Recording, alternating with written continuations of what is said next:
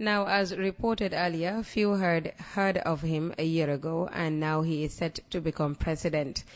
Bassirou Diomaye Faye's extraordinary rise caps a roller coaster period in Senegalese politics that caught many off guard.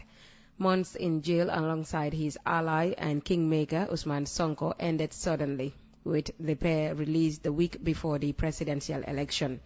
Now Mr. Clean, as he's nicknamed, must get to work on the sweeping reforms he has promised.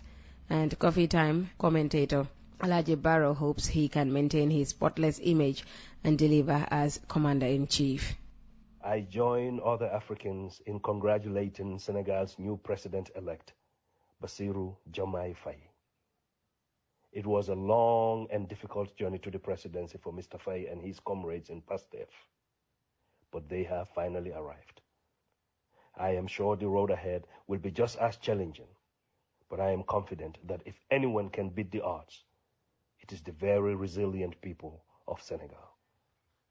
And as long as Mr. Faye and his team work to uplift the Senegalese people, the people will continue to back them. And so I pray for Mr. Faye and his team. I pray for them to usher in a Senegal that benefits everyone, and not just those at the top of government and their associates, as is the case in most African countries. Reflecting on Mr. Faye's victory, I couldn't help but dwell on the transience and trappings of power. Indeed, power is everything to he who wills it, and power is nothing to he who truly knows it. He who wills power becomes an addict to it, with no desire to relinquish it, because they turn into slaves of fear and paranoia. Like many African leaders, Macky Sall wielded power and wanted to hold on for dear life. He forgot that the power he had never belonged to him. If the people cannot take back their power, time, our most implacable enemy, is there to end it all someday. Just a few months ago, Mr. Bassirou Faye was in prison on the orders of Macky Sall. In just a few weeks, Mr. Faye will be the most powerful man in Senegal.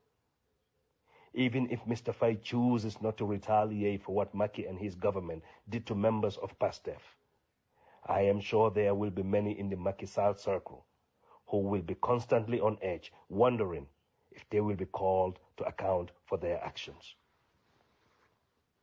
News has it that Macky himself will be running away to go and hide behind his friends in Morocco. If Macky had his way, he would have preferred to stay in Senegal. But when his government killed dozens of Senegalese citizens and imprisoned over 1,000 of them, staying in Senegal becomes too risky for Macky and many in his circle.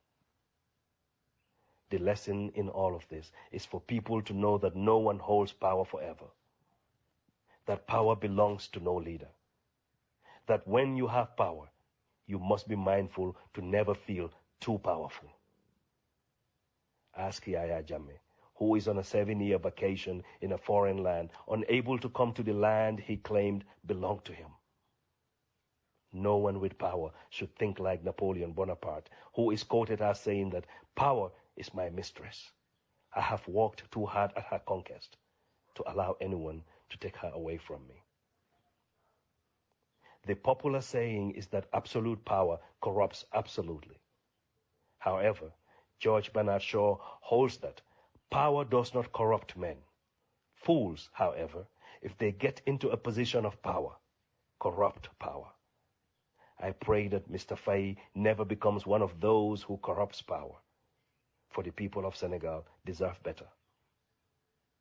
Mr. Bassirou Faye's victory also had me pondering on political coalitions. While Mr. Faye's victory is largely due to the influence of Ousmane Sonko, other powerful politicians also threw their weight behind him.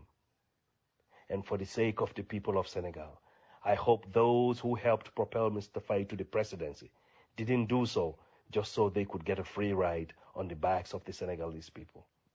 I hope and pray that those who coalesced with PASTEF will not insist on benefiting themselves at the expense of the Senegalese people.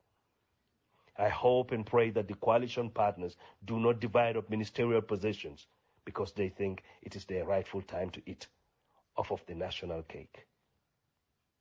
I hope the coalition members see Senegal first and foremost, and not government positions for themselves or their cronies. I hope Mr. Faye never betrays the hopes and aspirations of the hard-working people of Senegal. I hope and pray that the values and principles that bind him and Mr. Ousmane Sonko continue to be the foundation on which they build a better Senegal for all. I hope and pray that the desire for more power and wealth never defeats the desire for a better Senegal. If Senegalese political history does not offer sufficient lessons, Mr. Faye and his team should just take a peek right across their backyard to see how greed, desire for more power and wealth, betrayal, and corruption can ruin coalitions. I wish Mr. Faye and his team all the best. May those who were killed while resisting Macky Sall's power grab rest in eternal peace. May their memory be the compass that guides Mr. Faye to head in the right direction. May this truly be a rupture, and never a continuation of the few eating on the backs of the majority, calling themselves a government.